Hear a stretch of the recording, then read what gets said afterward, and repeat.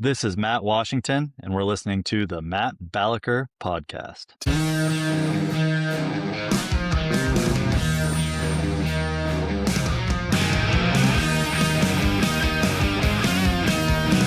Today's guest is a soccer dad, black belt, and Landman, but not in the Billy Bob Thornton kind of way. Please welcome Matt Washington to the program. How you doing, Matt? Doing good. How are you? I'm doing well. I like your purposely messy hair. It reminds me of the good old days in the early 2000s. You're looking very trim as usual. So obviously I want to talk about how you got into fitness and martial arts, but what the listeners really want to know is where did you grow up? I grew up in a small town called Puyallup, Washington, home of the state fair, about 40 minutes outside of Seattle. And I lived there till I was 16. And then my parents got divorced and I moved down to Laguna Beach, of all places. So that sounds like a pretty big shift. Now, a lot of people might know Seattle, but I've been to Washington. I know it's pretty varied.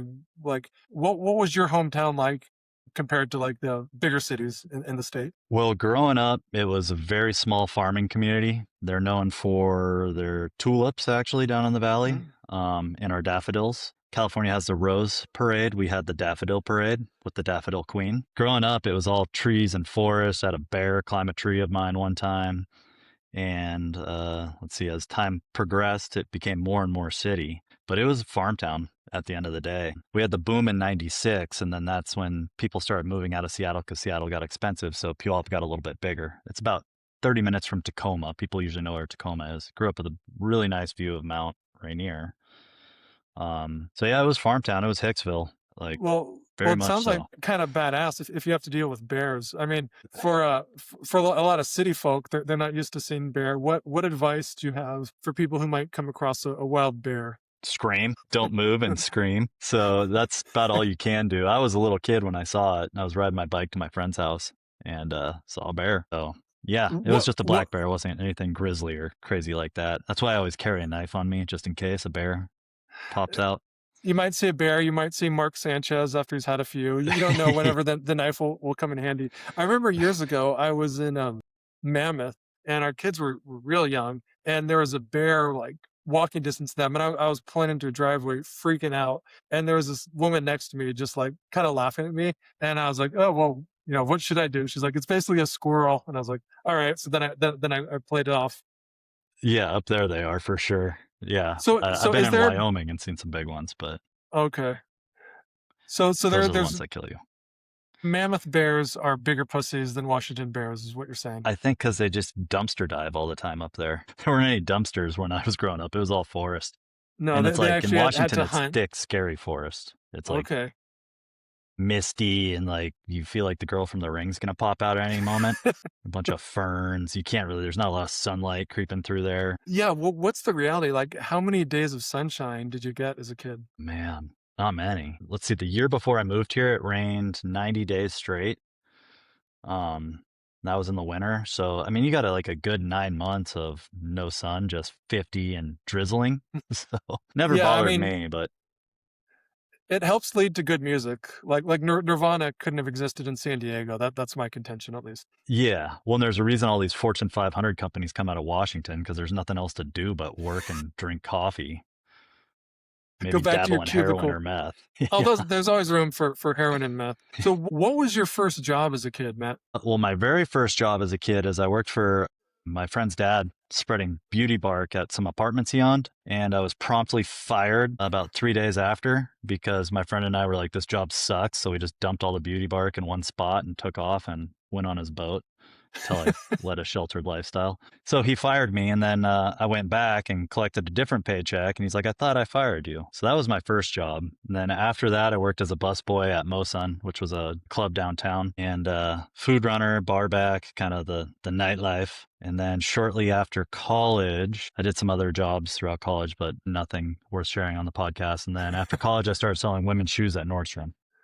Nice. I was Al So Bundy. so yeah, so you're the new version of Al Bundy. In fact, we have a kind of a mutual friend who moved from nearby where we live, and he met his wife when he was selling shoes in Orange County as a shoe salesman at Nordstrom. So what was your experience like selling shoes, Matt? It was kind of like going back to high school because all the different departments hang out with each other. So you had to Mm. like kind of, it's like, oh, there's the cosmetic girls, or oh, there's the handbag girls, or so you'd have to wander through kind of like a lunchtime experience at where, oh, there's the jocks. I'm gonna go talk to the jocks. I'm gonna go talk to the cheerleaders or the SB kids. Or it was fun. I mean, there's no shortage of women, and at in your late 20s, that's kind of what you're looking for, depending on how you know, swing socially, I guess. But it was a lot of fun. I mean, anywhere from grandmas complaining about their bunions and how they need to introduce me to their granddaughters to, you know, younger ladies are like, only wore these shoes once and they fell apart and it looked like they had been at Woodstock or something, because Nordstrom has a very generous return policy. Yeah, yeah. Um, Who are some of the more egregious offenders of that? Because I always wondered, there's gonna be some that push it. well, there are, and they have a blacklist too. So there's this one lady. She brought back some wedge Coach sandals.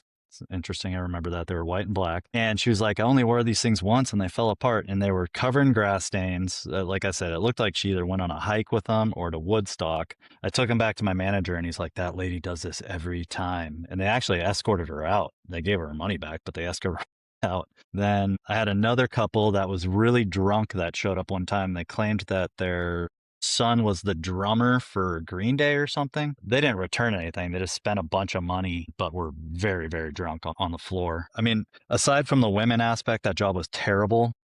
They actually put me in the stock room on the 4th of July, which is a big Ooh. holiday for me. It's one of my favorite ones. And so I was like, I'm in the stock room, and I had this plan with my other friends, because I used to cut out of this job all the time. But I had this plan with my friends. I'm like, I need to get out of work. The only way to do this is to fake food poisoning. So I drove around to about 10 different pharmacies looking for Icapac solution. And finally, one guy goes, "What do you need this for?" And I told him I was looking to get out of work. And he goes, "I don't recommend it. We don't even give this out anymore, but you can just take this for free." So I went to my manager at the time. All my friends were at 9th Street. And I was like, "I got to get out of here. I'm in a stupid mall on the 4th of July." And my manager, who was only like 6 months older than me, was like, "You're scheduled all day. You're going to stay here all day." And I was like, mm-mm. So I drank way too much of the Icapac solution, told her that I had what was it, a seafood burrito from a Mexican place. And it was, no, seafood chimichanga. And it was kind of cold Mm. when I ate it. So I kind of played it up to start the Yeah. day. Took the Icapac, and I do not recommend doing that to anybody or anyone in the world, because I got so violently ill. I barely made it to the bathroom. I nearly puked all over the shoe floor. I kicked open the door, just saw the toilet, and just started projectile vomiting. She sent me home. I called all my friends. I'm like, "I'm on my way. It worked." And then I had to pull over on Crown Valley and start throwing up again. And then when I got to the beach, I didn't even feel good enough to have fun, because I was just so sick to my stomach. Yeah, it But I sounds got like to work. a hangover without the fun. Yeah, but I mean, you did get out of work. There might be Yeah. easier ways to do it. Now kids can just text, "I'm sick," or they need Yeah. an emotional support day. But you were pretty creative. To your listeners, the best way to get out of work is always food poisoning, because nobody wants somebody at work with diarrhea or vomiting. And I've That's used both. Egg salad sandwich from Circle K was another one I've used in the past. I went to the racetrack and made more money at the racetrack than I did at work that day. So yeah, yeah. go with I food love poisoning. the career tips from Matt Washington. You mentioned when you were around 16, you moved to Laguna Beach, and I'm curious, what did you think Laguna Beach would be like, and how did the reality compare to your expectations? So I'd been coming here since I was a little kid, not a lot. My dad actually moved his cousin, who lives down the street from me now, in the 60s. And my mom always wanted to live in Laguna, but he decided to go to Puyallup, Washington, of all places. Not a good real estate career choice, but I can't complain. So I kind of knew about it, but I was a little nervous because, I'm country boy by life. My kids make fun of me that I have a redneck, and I just tell them I was born that way. So when I came here, I thought it was like going to school at Safe by the Bell, 90210, Baywatch, Clueless, all those mashed into one. And it was a culture shock for sure. Yeah, it was definitely a culture shock. How so? Well, kids were going to the beach after school. People all had the same name, but they pronounced it differently, like Brian, and just weird things like that. Kids pulling up in Range Rovers. And I came from a private school that had a lot of money, but it just wasn't as flashy. Like kids pulling up in Range Rovers, M5s. It was very much Hollywood. And So how long till you acclimated where you it kind of felt like home to you? I still feel like I have one foot here, one foot in Washington. But when I go back to Washington, all of them call me California up there. So, Mm. I mean, I never learned how to surf. I don't know if that would have helped or not, but I definitely call this home. It put maybe 6 months. I was lucky. I made a lot of friends really quick. And that's why I use that analogy, because Laguna's a small town, as you know. And the kids now, even our kids' age, they all have like their little cliques. I didn't have Mm. that growing up here. So I hung out with every different group of kids. I hung out with the water polo kids, the football kids, the nerds, the potheads, the just everything.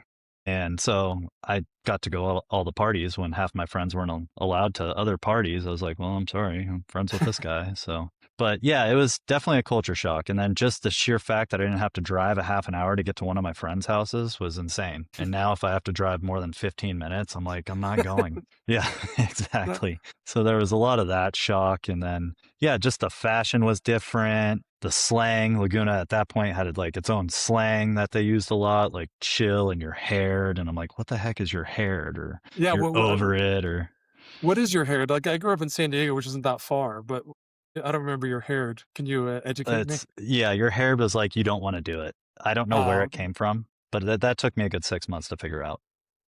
So were the girls hotter in Washington or Laguna Beach? Laguna Beach, Okay. without a doubt. Yeah. Yeah. So we pay more in property taxes, but there are some trade-offs.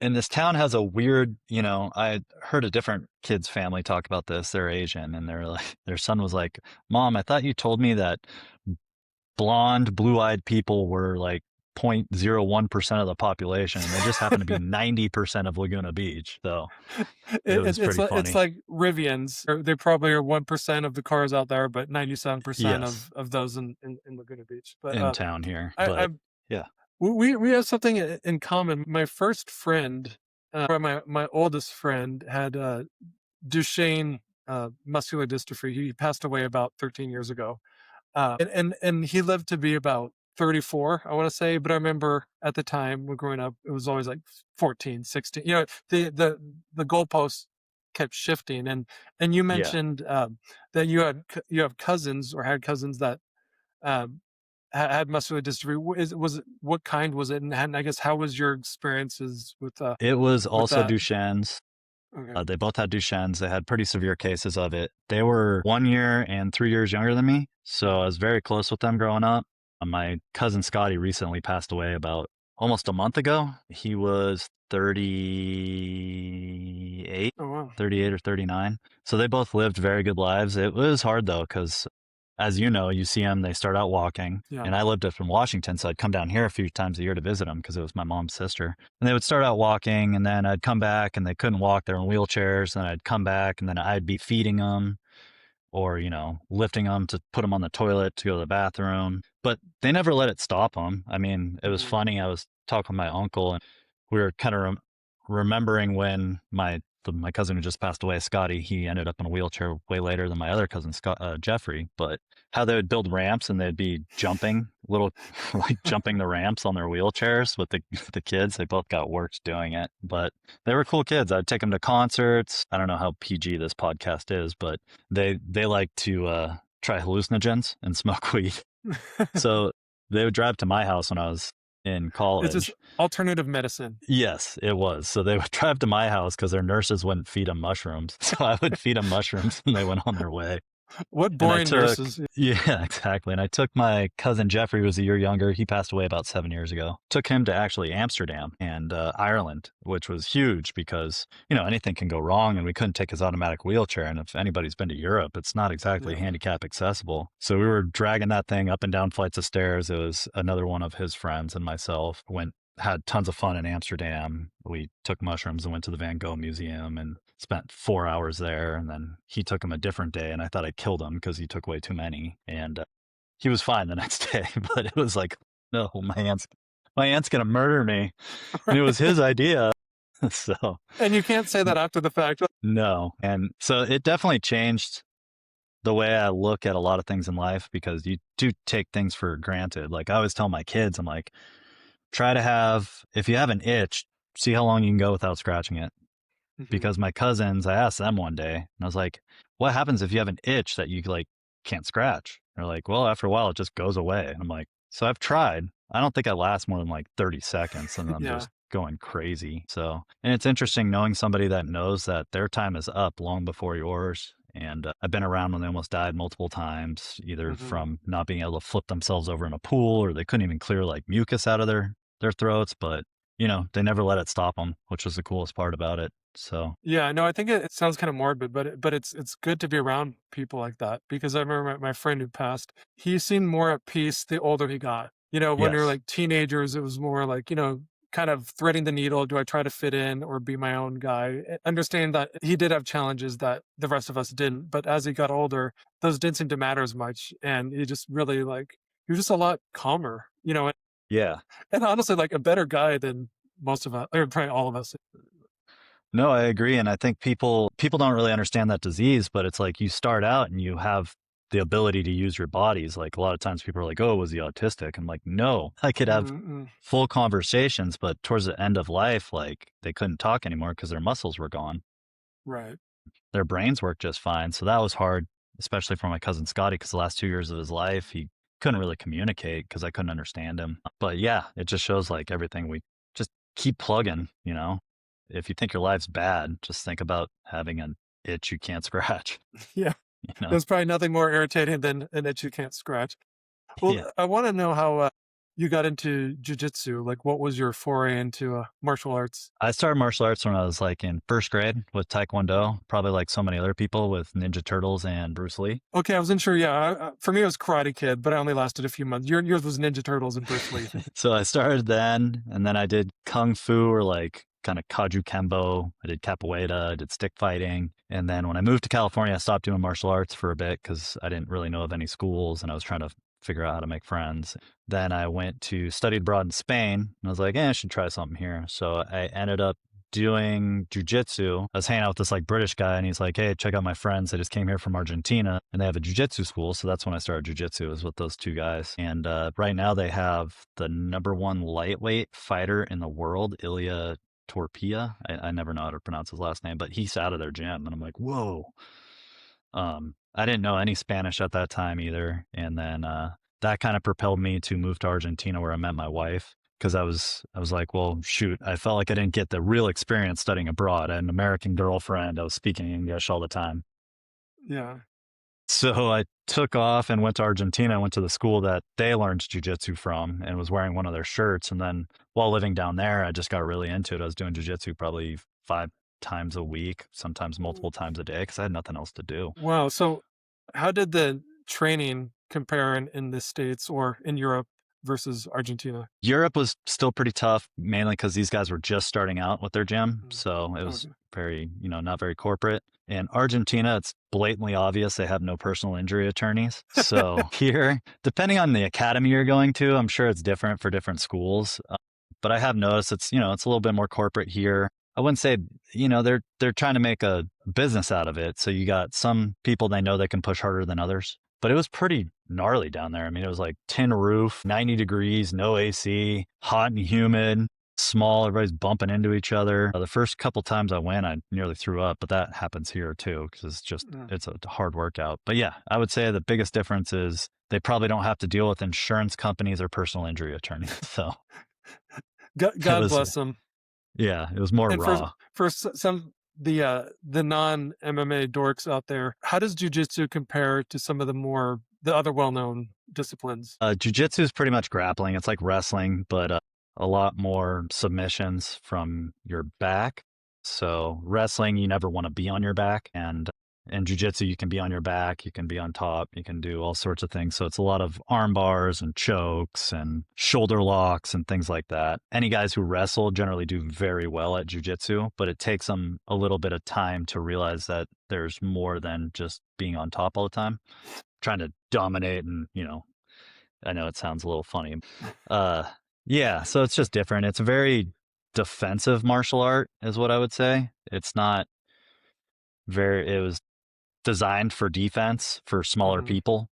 So yeah, it's a good one. I would recommend it probably more than anything. I would say the probably two or three best martial arts you could take would be Muay Thai, American boxing, and Jiu-Jitsu would be the top three. Not in that order, but if you watch those old UFCs, I mean, they're fighting guys way bigger than them. Now it's a little different because everybody's caught up, but Right. it's a great self-defense thing. It's good exercise at the end of the day. I'm too old to be getting hurt or so. Sure, I mean, I think the first MMA I watched was in the late '90s. I think it was Hoist Gracie. He was wearing his white gi. He was on his back most of the time, and then he'd always Yeah. win. Yeah, Yeah. like And you're it like, how'd that guy win? And then he got some weird choke or like a pinky lock or something.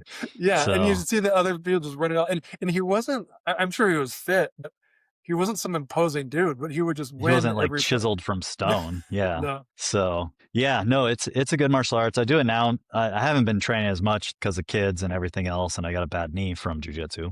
But it's fun. I still enjoy it. I'll probably go today. So Jiu-jitsu gives and it takes away.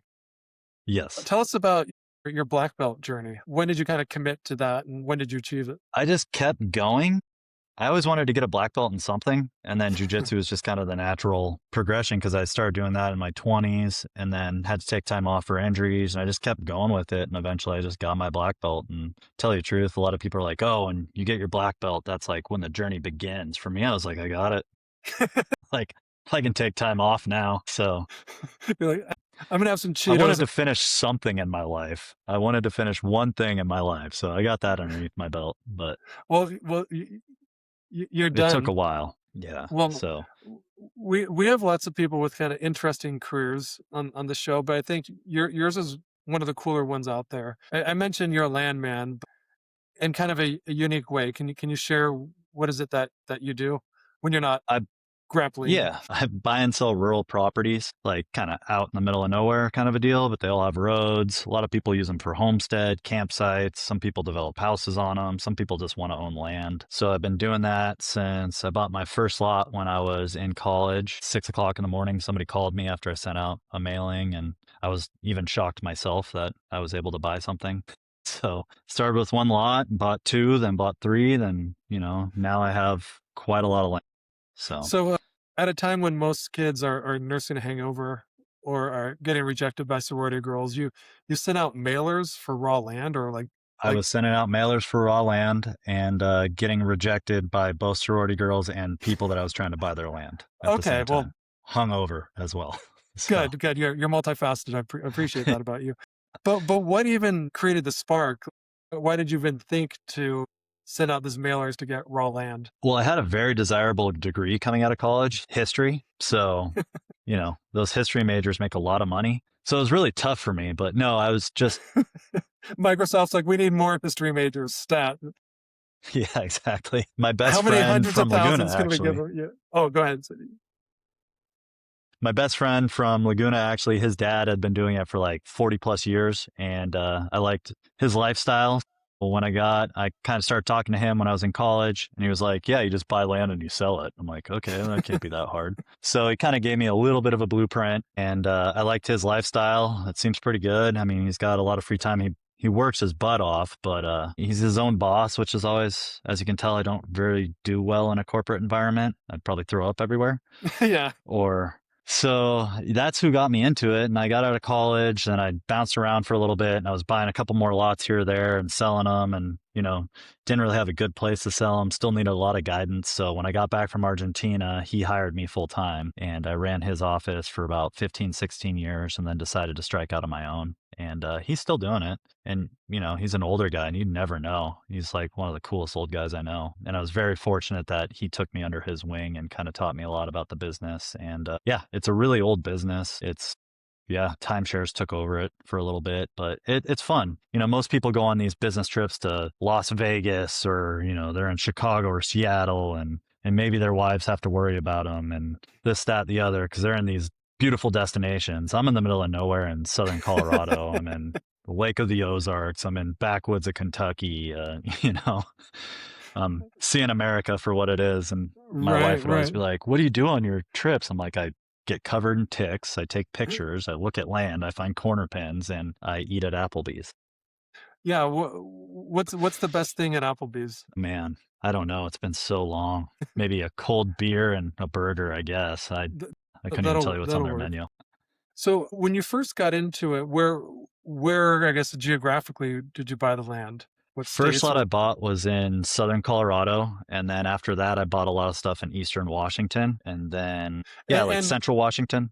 I wouldn't say. Okay, and when you buy these lands, is it how does it compare to, like, homes? Like, what do you have to put down, and how's the closing different? So we pay cash for everything we buy because then we Mm, turn around and resell it. So it's the closing's the same. I mean, everything's the same except you're just not going through a bank when I sell you a piece of land, which just makes it so much easier.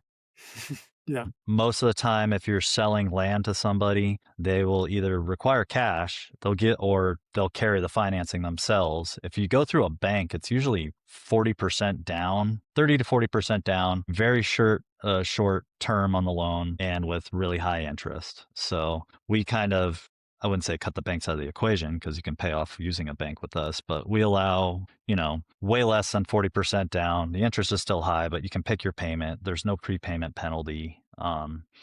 It's banks generally don't like to touch land. I tried to get a loan for my business yeah, to buy land from Wells Fargo, and this is when interest was, mind you, it was like close to zero. It was right mhm, after the mortgage crisis, and they were going to charge me 14% to borrow. I think it was $30,000, and they wanted me to pay it back within 3 years, something like that. And I said no, thank you. So I just kept doing the buy one at a time. It's an interesting real estate niche. I thought it was a get rich quick scheme. As you can tell from my home office in the garage, it's definitely not a get rich quick scheme. So and I get a lot of people are like, is this a scam? Because there's a lot of land scams out there. There's people that sell stuff that they don't have title to. There's all sorts of crazy things that go on. But I always laugh. I'm like, this would be the dumbest way to scam a couple $100 out of you a month, spending all this money on a website. But, and you deal with all walks of life, which is also the kind of the cool thing. I'll get anything from dentists and lawyers to military guys to truck drivers to people really down on their luck that shouldn't be buying land.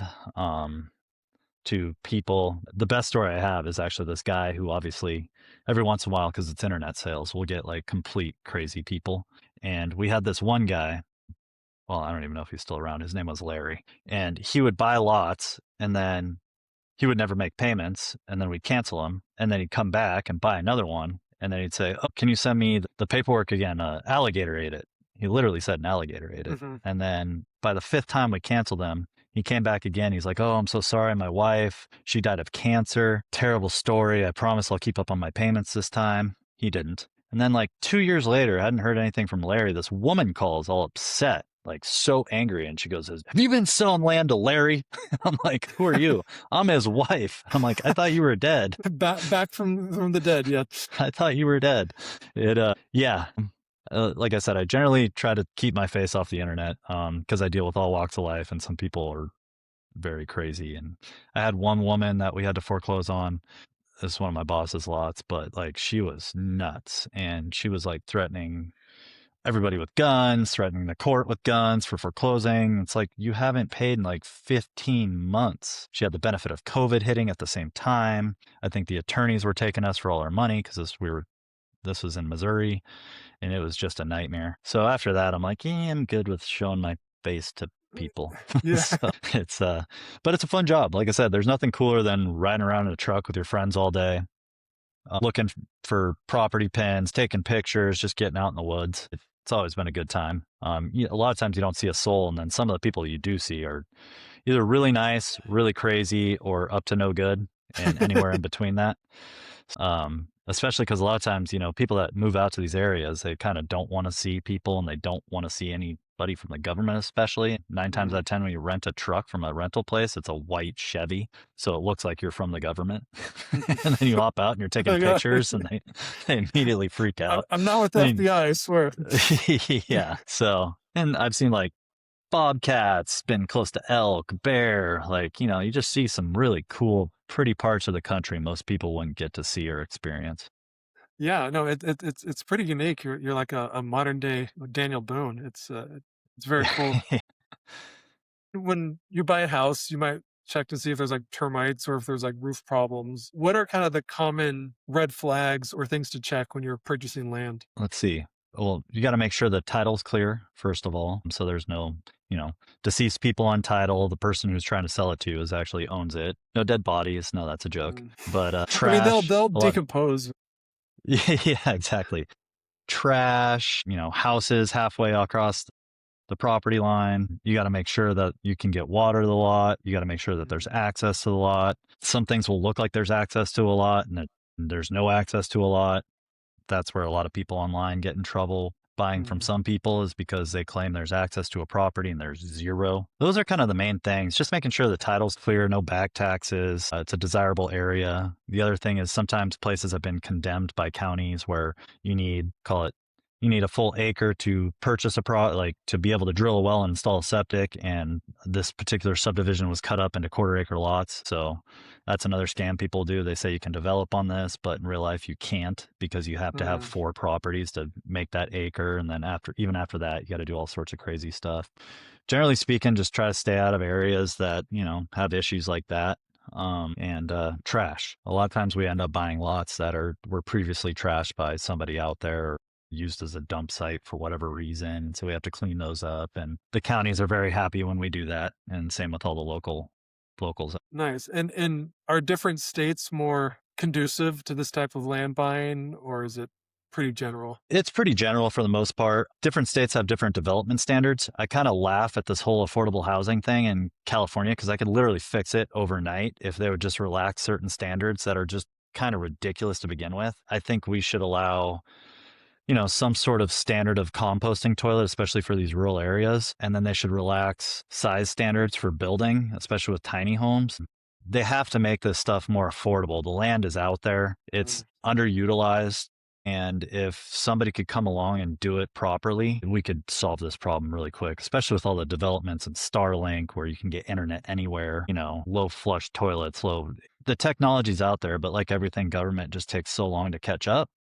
And I mean, I've been looking into the tiny homes and seeing if we could develop tiny homes for properties, but they're so expensive and just everything's pricey. And we need standards, but sometimes these standards are just above and beyond what is necessary. And I think if there was a standard composting toilet, not just a hole in the ground, right, that you could get signed off on inspection that was sold, I think it'd really make things cheaper and make it easier to develop certain parcels. Because in my line of work, I have a lot of people that are just looking to get something cheap and live cheaply, and they're just kind of done. And I have to be honest with them. I'm like, look, the land might be inexpensive, but it's going to cost you money to develop this thing. So yeah. Can you put a tent on there and live that way? no, Or damn it, no.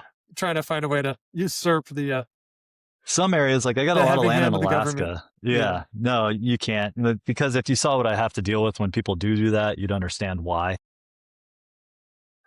Yeah, So in these rural areas, what do people do for trash? Like, do the garbage men come out there, or how do they deal with that? a lot of times they have like a big dumpster at the bottom of, the block or whatever, and it will go there, or you just take it to the dump, just load up your truck. Even my dad up in Washington, when he was doing that, he canceled his trash service and he would just load it up and take it to his office. It seems like it's super hard, but people do it. I mean, I have properties in Alaska that you can only get to by airplane or snowmobile, and people build houses out on them. And I'm like, whoa, Wow. yeah. So where there's a will, there's a way. And Alaska is one of the few Wow. areas you can still get away with, homesteading the proper old school homestead. Yeah, my first reaction was like, how do you get to Costco? Like, how do you get to where you Yeah, buy yeah.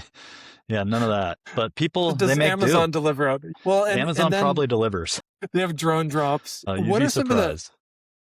I'm sure, some of the bigger changes you've seen in the land selling business in the last 15 or so years? Well, COVID pushed a lot of people either to buy vacant land or into the vacant land business. Some guy was selling get rich quick, this is how you make a bunch of money in vacant lands. The market got a little bit more saturated, but I don't think people realize the things you have to deal with when you are doing land. Because like you said, there are a lot of people that want to just buy land and pitch a tent, and then that creates code enforcement issues. So you have to deal with that. And I've had other land people where they had their customers parked on my lot, and they yell at me, or I call them and get your customer off my lot. And they're like, that's to you and the customer. I'm like, no, it's not.